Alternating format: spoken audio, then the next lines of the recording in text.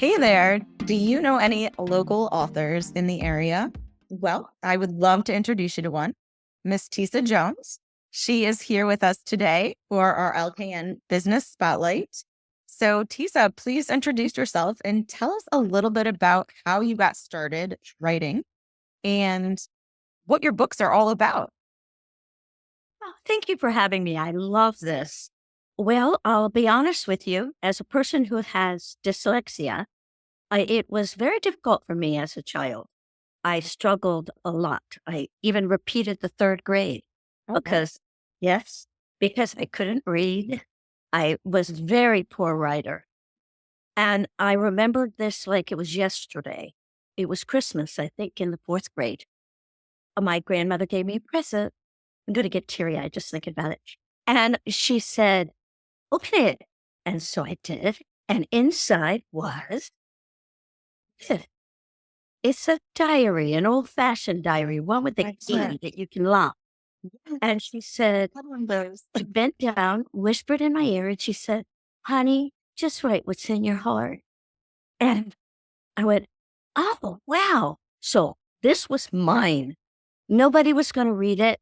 Nobody was going to grade it or tell me what I did wrong. So I just wrote and I wrote and I wrote. And the more I wrote and the more diaries I got, because I have a collection, the more confident I became about writing. And before I knew it, I was writing. Maybe it wasn't really good grammar yet, but it was good enough to make me feel good about myself. And then in high school, I took typing. And it's amazing if you have dyslexia, how you can redirect your fingers. It's all confusing up here, but your fingers can spell the words on a keyboard better than I could with a pen. And before I knew it, I was actually not a bad speller. And like grammar, I was learning through good teachers. And they said, everybody's writing short stories this week. So I started writing short stories. And I discovered that my peers thought they were entertaining. And my teacher thought it was good. So I said, more confidence, more confidence. So gradually I got better and better and better. Went to college, had the same experience, took a lot. I have a degree from Elon in elementary education. Believe it or not, I taught little kids. That's awesome. I love Yeah. And then I got married and had a kid, stayed home with the kid, started my own business, typing because people didn't have PCs then. And they would bring me their typing and pay me to type their work. But I had a little free time and stories started building up inside my brain. And I started these imaginary characters wouldn't leave me alone. And they just kept coming at me. And the story was growing and growing. And before I knew it, I had to write them down because they wouldn't leave me alone. I couldn't sleep. So I got out a typewriter, and this is half of the original one. Oh, wow. Look at It that. was 1,000 pages typed. And I thought, I felt relieved because those characters they got out, they danced in my head, they came out, then they went on a piece of paper, and then I didn't know what to do with it. I mean, it was like, now what? I put it in the closet because I was busy raising a family. And then I had my youngest was a senior in high school, and I saw the end of the tunnel. And the light was there, and it was saying, what are you going to do now? Your babies are grown. And I said, I better reinvent myself. And then I thought, how about follow a dream? I really had always wanted to be an author. So I got that huckster out and I polished it off. And by then I had a computer. So it was much easier to type it in there and polish it. And it took a while. I mean, it wasn't overnight. Well, So 1,000 pages, I can yes, imagine. It took a little that bit of and time. trying to find it published, that's not easy either. And then in 2002, the first one came out. And it looks like this. Wow.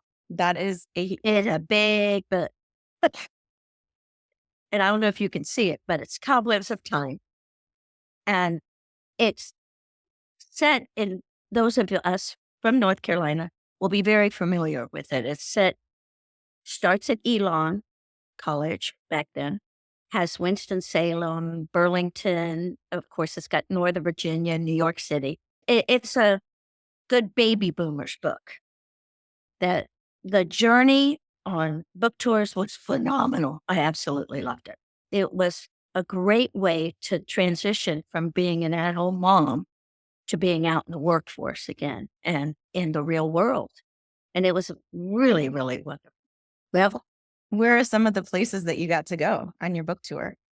oh my goodness, all over the Mid-Atlantic. It was a regional bestseller in from Raleigh, Durham, Winston-Salem, Elon, Burlington, Nashville. The furthest I went was Houston, Texas. I was invited to be the guest author at a literary function. I felt like I walked into the cast of Dallas. You're young to remember that show, but it was The Rich and Famous. Let's put it that way. It was a very cool event, and I felt very honored to be there. I don't know how that happened, but it was very nice. That was the furthest west of the Mississippi I got.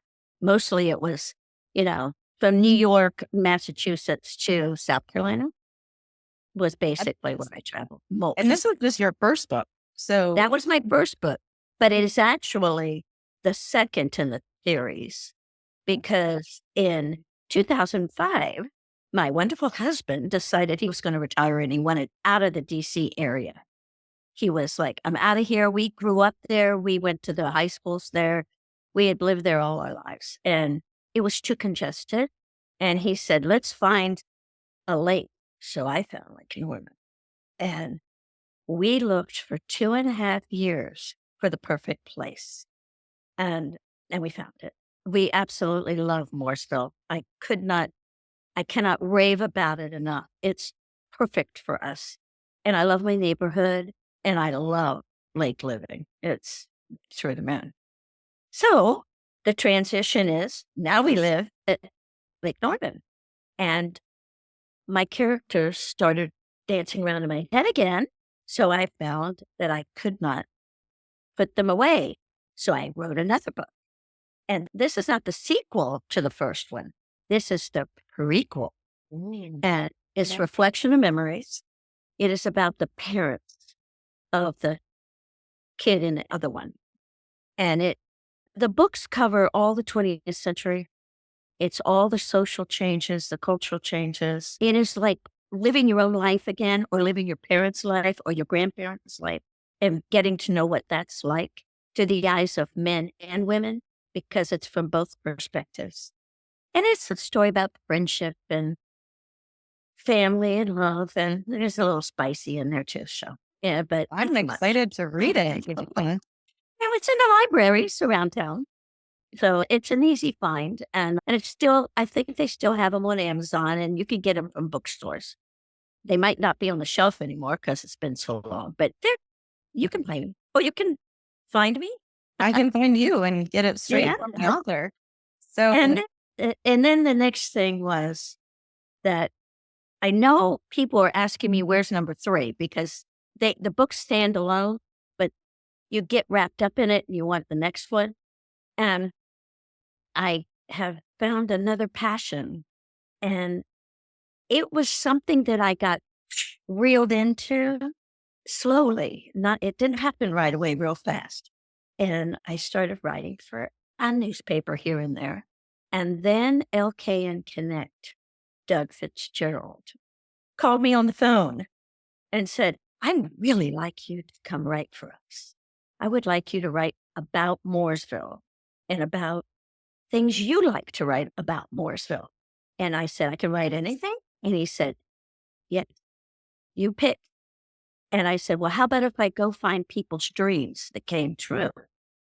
And he said, yep, sounds good to me. So I started with, I don't know. I can't remember my very first article, but I write about things like sweet dreams mattresses.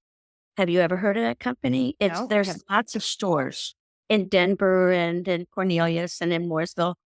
Their story is phenomenal. It's just a cute couple, fell in love in college, got married, and then they started a business. They moved to Mooresville. They're like from, I don't know, somewhere up north. And they went to Florida State, I believe. But they landed in Mooresville and they've built this wonderful business. And I love writing. I loved writing their story. It's phenomenal. That's one of my favorite things. And then let's see, people who live in Mooresville think of Main Street as Mooresville. Well, there's a Broad Street too. And on Broad Street, I discovered this by accident. I stumbled upon it because I was just out getting ice cream there at Mooresville Ice Cream Parlor. And I thought, oh, I'm going to walk down the street. And there's all these stores, and they're all owned by women. And when I wrote the article, there were 11 female owned businesses on Broad Street. Wow. That's awesome. Yeah, it is amazing. It's like through the roof great. However, the economy has hurt them. And I don't know that there's still 11. I think 3, 4, maybe a few of them aren't there anymore. So that kind of tugs at my heart. But I mean, it's like NC Provisions is a wonderful store. Everything in that store is made in North Carolina. I mean, what's not to like there? Yeah. And then the Ginger Farmhouse, and there's a sweatshop for working out, and oh gosh, there's a Rustic Wagon. The Rustic Wagon was started by a 17-year-old girl. Oh, She's wow. owner. I'm sure she had a little help somewhere along the line financially, but she's the boss. And I don't think she's 17 anymore. But when she started, she was cute young lady. And, these are the stories that I love because their dream became a reality because they worked hard, they wanted it, they're committed. And I love writing about that kind of stuff. Not just, here's a building, here's a store, here's a boutique, although I do that too. But I always try to insert the backstory about the people. Like Sue's Soap Boutique. I mean, that is such a cute store on Main Street. That's a great little article. And, well, let's see, what else? I'm trying to remember. There have been a lot. I'm writing one right now that anyone who is new to the Lake Norman area might want to key in right now. This club is not just about being new to Lake Norman, but the Lake Norman Newcomers Club, it's for ladies, is a great place to meet people and to keep yourself busy. I mean, you can do anything from kayaking to cards to wine tasting, excursions, eating, everything. It's the whole gamut. And they meet once a month.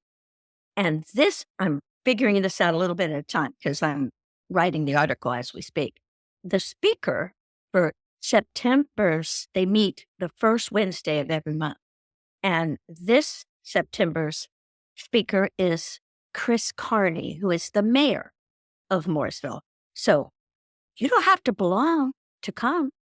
You should go to the meeting, see if it's anything that interests you, and meet people. It is a really, really wonderful club. It's called Lake Norman Newcomers Club, but you don't have to be a newcomer to belong. So they tell me. So that's my current article. Now, another article that I love, and you can find this one online, is the Mooresville mural. I'm going to have to look up the people's name, the artists. Super talented. It's on Church Street behind the Charles Mack Center. And I'm shocked at the number of people who do not know it exists. They commissioned these artists to do this for the 150th birthday of Mooresville. And if you want the artist, I should look it up. Let me see if I can figure out who they are. It's somewhere around here somewhere. I don't know. Well, where can people, I mean, you write for LKNConnect. So if somebody wanted to look up articles that you've written. That's easy. LKNConnect, all caps, LKN space connect, Tisa, Tesa Jones. And the ones that are still, there's an archive and there's the current ones will pop right up. Yeah. And we put that in the show notes too, just so people can click when they're watching it to find oh out. my goodness, like Fred and June's books. Do you know that we didn't have a bookstore in Mooresville when I moved here? No bookstore. And this bookstore on Main Street is so good. And their story is very interesting too. And I love that you know so many of these local business owners that it's not I personally love to venture into more mom and pop shops than the mainstream franchises, if you will. So it sounds like it's a quaint little area that you're in. And it's awesome that you get to dive into the backstory and really get to know these owners. That's a passion. I love helping people spotlight their dreams come true. I know how it felt for my dream to come true. And so I like to do that, help people, spotlight them. And social media is a great way to do that. I mean, we are so fortunate. And I know there's a lot of flaws with it, but we are so fortunate to be able to share the good stuff. And shopping local and helping small businesses, they're the backbone of our towns. And I love that we can do that. Yeah, absolutely. Well, it was so nice talking to you today. And hey, guys, this is a local author, Miss Tesa Jones. She is awesome, as you can see. So we'll add in the show notes how to connect with her, how to find her books. And there they are. I'm so excited to read. So would you recommend reading the... No. You have to read it. This one first. Okay. Because they stand alone, like I said, but that's what we call the greatest generation before me. I did a lot of research, talked to a lot of people, and it's pretty accurate. Yeah. And then the next one is the baby boomers. And if I ever get around to writing a third one, it'll be about your generation. I think that you should. I definitely think you should. And we're so fortunate to have you as a local writer and sharing your, what did you call it? Journey. The journey and you had called it Following a dream. the magical missile world. Well, it was tough because there were a lot of hurdles in my way from childhood. Well, we'll get into that next time. Maybe we should do a part 2 because I feel like we can dig a little bit deeper. How about that? I would love to. You're very comfortable. You make it easy. Awesome, Tisa. Well, thank you so much. And we will look forward to that part 2 here shortly then. Okay. Take care.